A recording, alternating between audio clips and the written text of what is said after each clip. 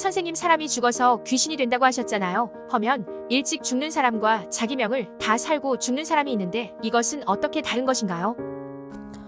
좋은 질문입니다. 지금 말한 대로 이렇게 어떠한 이유에서 비정상적인 죽음을 맞이한 사람의 혼을 원귀라고 합니다. 원귀는 원통하고 분하게 죽은 귀신 또는 원한을 품고 죽은 사람의 귀신을 말합니다. 몸은 비록 죽었지만 이승에 대한 미련이 아직도 남은 귀신들입니다.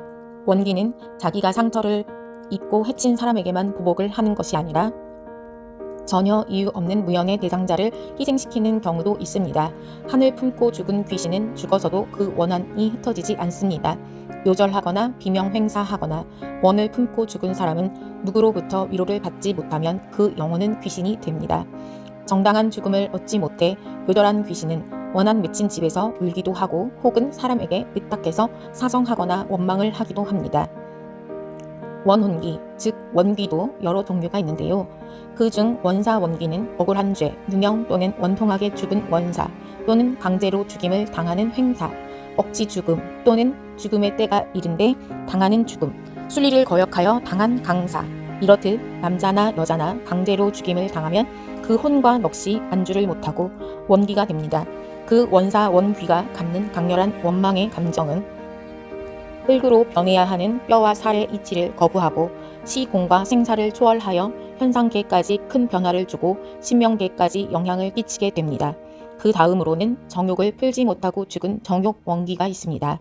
정욕은 색정의 욕심, 즉 성욕은 식욕과 더불어 인간의 가장 큰 본능 중 하나입니다. 삼라만상의 그 모든 것은 음양이며 음양이 아닌 사물은 없는데 그 양을 대표하는 것이 남자, 그리고 음을 대표하는 것이 여자입니다. 이 두 개체의 조화와 대립은 즉 음양을 대표하는 인간 남녀 두 성의 결합은 우주 조화와 근본으로 인식되어 한쪽의 성의 민원성은 우주의 화기를 깨트리는 큰 비극으로 고인들은 인식하였습니다. 궁궐에서 생활하는 내시나 궁녀들은 자연적 성적 욕망을 제한당하며 이들이 많을 경우에는 국가의 존속 여부와도 관계가 있다고 합니다.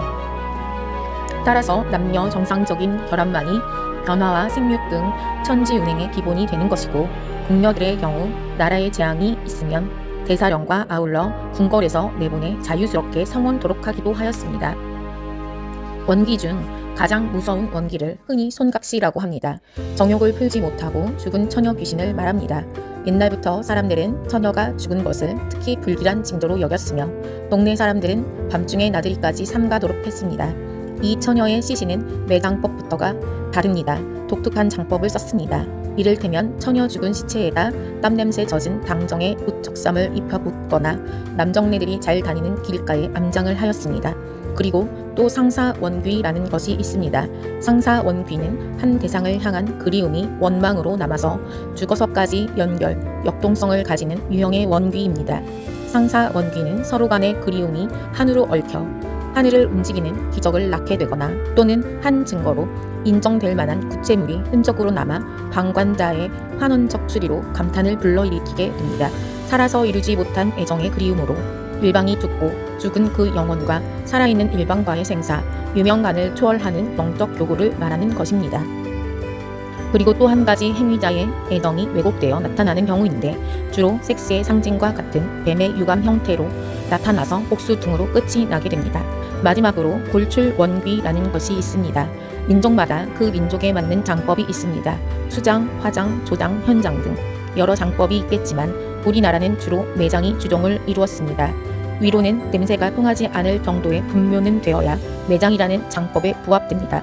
그런데 흙이 제대로 못 덮여 유골이 드러나 있거나 한 곳에 차례대로 있어야 하는데 흩어져 있거나 물, 불, 나무, 동물 등으로 인해 무덤 자리가 온전치 못하거나 혹은 후손들의 보살핌이 소홀해 이 무덤 속의 주인공이 원망하는 마음을 가지게 될 때 후손이나 의기 있는 사람에게 나타나 그 원통함을 호소하게 됩니다.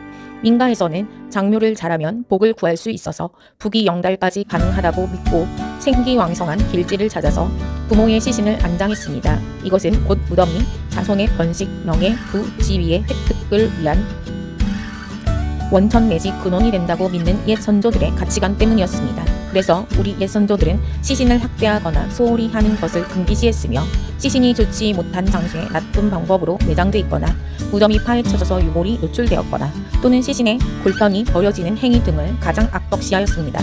그러므로 시신을 중요시하는 것은 크게는 국가나 종족의 자존심 그리고 사람의 자식된 본분 내지 도리의 하나로 생각해 잘못된 시신이 잘못 매장된 시신이 가해하여 올지 모르는 앙화나 빌미에 대해 매우 흉조로 생각하였으며 이것은 많은 기록에 이 사례들이 남겨져 있습니다.